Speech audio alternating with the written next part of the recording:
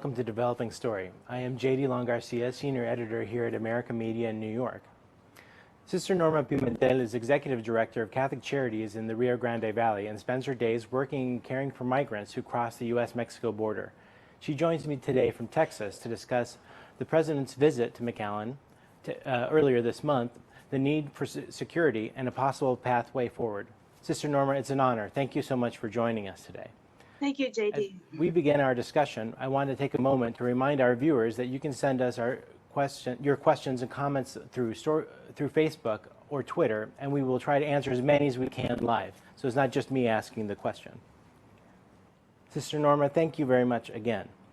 I want to ask, first of all, you were able to attend a roundtable discussion with President Trump when he visited McAllen. Unfortunately, you weren't given a chance to ask a question. So I want to start there. What would you have asked the President, and what comments would you have offered if you'd been given that chance? Thank you, JD. You know, if I had the opportunity to speak to our President, I would have invited him to come to our respite center. I think that it's important that he come to the border and to see the reality that we live here, who we are, and what we do, and what is really happening here at the border in South Texas. So I would have asked him if he was interested in really coming and knowing about what's happening. Possibly the humanitarian reality that we're living with, the many families that are entering, introducing them, and would he be interested in meeting some of these families and hearing their stories and why they're coming and what the reality was that they're living through. And so giving him a chance to experience and to hear about and understand all of that reality of the humanity of so many families coming and getting to be part of that experience at our humanitarian respite center. Thank you very much for that. So that reality, that's something important that I think maybe gets missed in media coverage often. But just to take a step back now, so the reason why you're able to offer that kind of input to the President is because of the work that you're doing there on the border. Can you tell our viewers who may not be familiar with the work what exactly it entails? Yes, of course. You know, back in 2014, we had a massive wave of children, unaccompanied children, kids that came to our border without their parents or with somebody else other than their father or mother. And so Border Patrol found themselves very difficult having to deal with so many children. And at the same time, the children that did come with their parents were given permission to continue that legal process, that immigration process somewhere else in the United States. So that's when we came into existence. These families were dropped off at the bus station after they had been processed, after the Border Patrol had figured out who they were and what they were in this country, and pretty much with a piece of paper, permission to continue that process somewhere else. And so the community came together and responded to these many families that were just dropped off at the bus station to continue that process. And they needed help, humanitarian care. And so this gave us an opportunity to really get to know the families and know who they were, why they were coming from so far away, and what the condition was that they were finding themselves in, and the great need they had while they waited to go continue that process. They were exposed to so many dangers here, being exposed without knowing what to do. So we provided that help. And so we have done that since that day to today, helping hundreds of families that are handed over to us really by Border Patrol eyes, and we continue to then help them get from this point to wherever they're going in the United States. So it sounds like a lot of the work that you're doing is in partnership with Border Patrol in that sense, that there's a cooperation that takes place. Yes, I think that Border Patrol appreciates the fact that what we're doing is a humanitarian response to something that they now need to allow these families to continue that process somewhere else, and somebody can help them go beyond this point to their point of destination. And they're very appreciative, and they see us as part of the final response that they do where these families continue this process somewhere else in the United States. And the city as well is very appreciative that we have, as a community, taken charge in responding to care for these families so that they're not exposed to all the dangers out just to be out in the community without any assistance or help. Thank you for clarifying that. The other, obviously, we can't have a discussion about the border without talking about the border wall these days. Now, there's 2,000 miles of border, And I believe there's most of that border is in Texas. I believe there's 1,200 miles of border in Texas alone. And some of that, there's already a man-made border along some of those portions of the border. I believe there's over 600 miles of border already, but some of it's there in McAllen. Can you tell us how the border wall that's there, or the border fence, if you will, that's there in McAllen, how has that impacted your work? Well, I'm from the Valley. I'm from the Rio Grande Valley. I've lived here all my life. I've seen how we have related with our country in Mexico back and forth. Who we are as a community in relationship to Mexico has always been something important to define ourselves. And so the border wall, the border fence that we have, in some ways has created a barrier, but in another sense, it also has what we have now has in certain areas of our border has become like a levee more than a border wall, something that can be beneficial for our community as well as in case of flooding and high rains. And so this is what we have as a border fence right now. And so I see the importance of the Border Patrol, their job to protect us, to make our secure our borders, and making sure more than anything is to know who enters our country and to control that, because it's important that we control all the criminal element that may be entering our country. I think that really is the job of our Border Patrol, and understanding who's entering our country. But great part of who's entering, as far as the families that we're helping, are families that are really not necessarily criminals. They're not. They are actually families in search of protection, of safety, and the Border Patrol understands and sees that as such. And so their job has become twofold: to protect the families, the innocent victims of crime, and as well as protect our borders from criminals. And so I think there's a dual aspect to their role, as far as the fact that today we see so many families entering our country asking for protection because they have no other option but find whatever means they have to enter our country to ask for this protection, because it's very difficult to enter through a point of entry. Thank you. So it sounds like you're recognizing a lot of the good things that are happening in terms of security there on the border there in McAllen. The other question that I need to ask you is about opioids. I mean, we're facing an opioid crisis right now in the United States. We're seeing countless drugs coming across the border. Now, you mentioned some of the good things that are happening with the Border Patrol in terms of security, but as far as drugs are concerned, what perspective can you offer? Well, drugs is something that we've always seen that has been a reality here that enters our country through different means. We've always heard how Border Patrol finds ways of apprehending and stopping the entry into our country of drugs. That has always been something that we've seen ever since I can remember, since I was young, and it is something that enters because obviously there's a consumption here in this country that needs those drugs, and so it's something that will continue to happen if we don't address it correctly, as far as stopping the cartels and those traffickers that are doing this to continue to bring in drugs into our country, and they're so creative in finding ways to do so.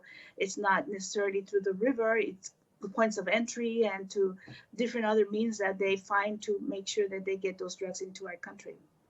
Now, I just wanted to thank you very much for explaining that to us. I wanted to just remind people, the viewers there, that we are taking questions through social media, through Facebook and through Twitter. So if you have a question for Sister Norma today, it doesn't just have to be me asking the question. So we encourage you to share your questions with us so that Sister Norma can address them. Sister Norma, we're going to go ahead and turn to the social media questions now. Let's see. So the first one that I have here is, do you know how many people are currently waiting for their asylum hearings? As far as people in the United States or people outside of the United States that are at the border, what I am aware of is that the numbers of waiting for asylum is very high number of people, because there unfortunately is not there's not that many judges available to be able to hear all the number of people that are interested in asking for asylum. And I think that you can get better answers to that from someone else that is focused on specifically on asylum claims. But what I do see myself here at the border is I see, because I live right at the border, I can see when I go to Mexico that the hundreds of families that are still waiting on the other side of the border because they're trying to cross through the point of entry to ask for asylum, and they're not able to. They have a number to cross, and they've been already waiting for 7-8 weeks, and they still have to wait. So what I can tell you is what I see, and I see that there's so many families wanting to ask for asylum, and they're not able to. Great, thank you. This may be related, but on Twitter, Cindy H. Church asks, what do you think the media gets wrong about the border crisis? Well, what they get wrong is the fact that one of them is that the fact that everybody that enters our country is here to hurt us, that are criminals and that are invading us. I think there are people that are in great numbers of people that are trying to enter our country are asking for asylum. They're asking for protection, for safety.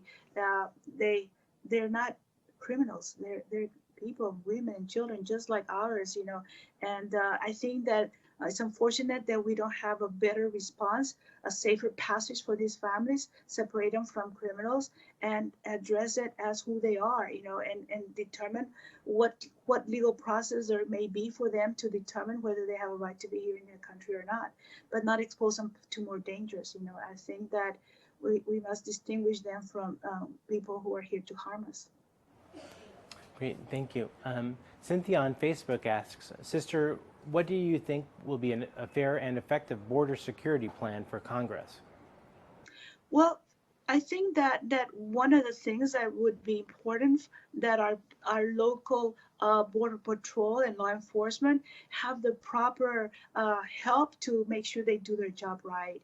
I think that is where we may focus more than in a border wall, because the cost of a border wall can be really put into better use for building the border patrol capacity and the tools and that they need to be able to address better people entering our country and be able to have the right resources and the right personnel to handle the volume of people that are trying to process for political asylum, have the proper number of judges that can be able to do that job to facilitate that safe passage. I think that giving the Border Patrol the right tools and the right manpower, I think would be a smarter way to address the border reality.